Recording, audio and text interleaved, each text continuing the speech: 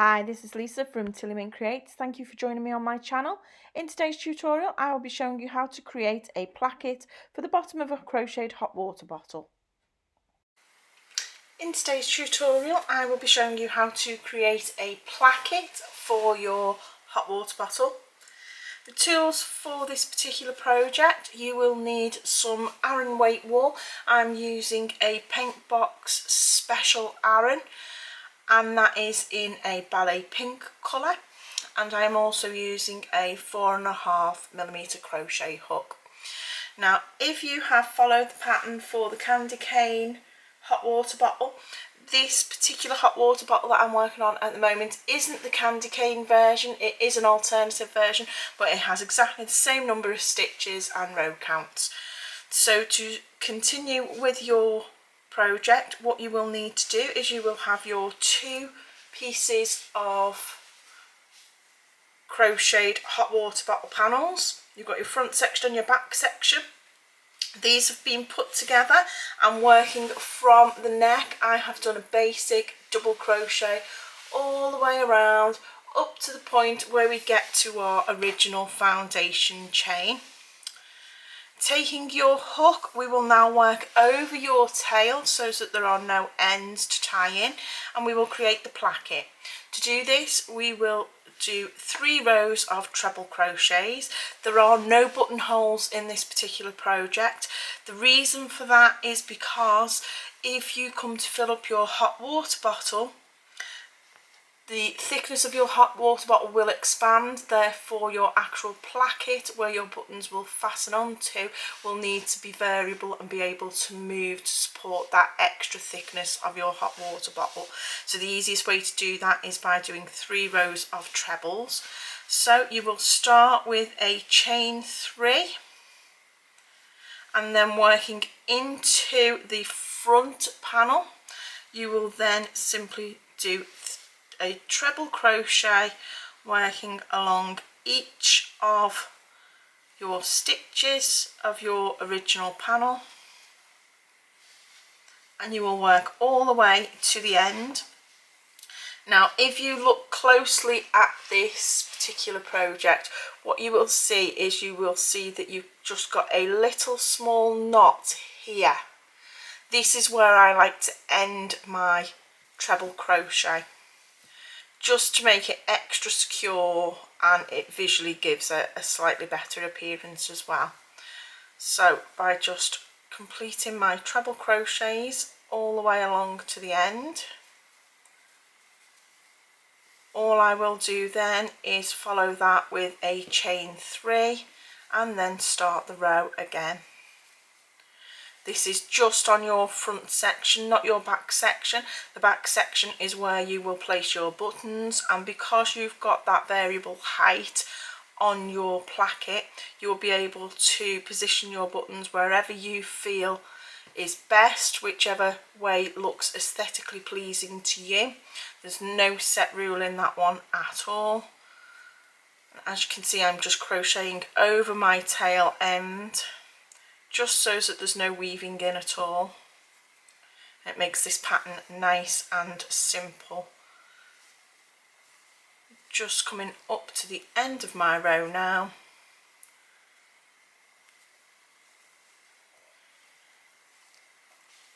Working into each stitch.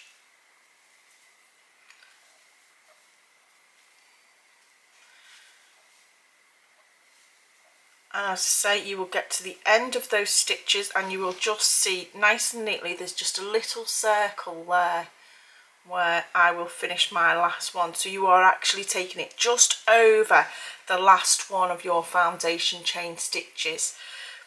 But I think that this gives a much firmer hold than if you were to finish in the one before. So then chain 3, turn your work, and again continue working into the top of each stitch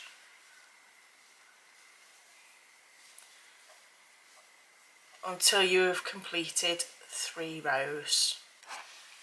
You've now come to the end of row 3 and you're just about to finish your last stitch, so you will yarn over and then enter through your final treble, yarn over, pull through, yarn over, pull through again.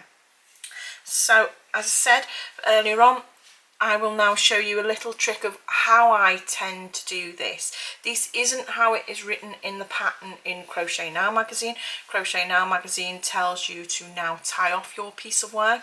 However, for simplicity, what I like to do is instead of tying it off, I will actually go back into the edge of my placket and I will slip stitch all the way along the edge of my placket, ensuring that I have sufficient number of stitches to get down to the bottom of the placket. There are no set stitches for this, just whichever you feel looks aesthetically pleasing.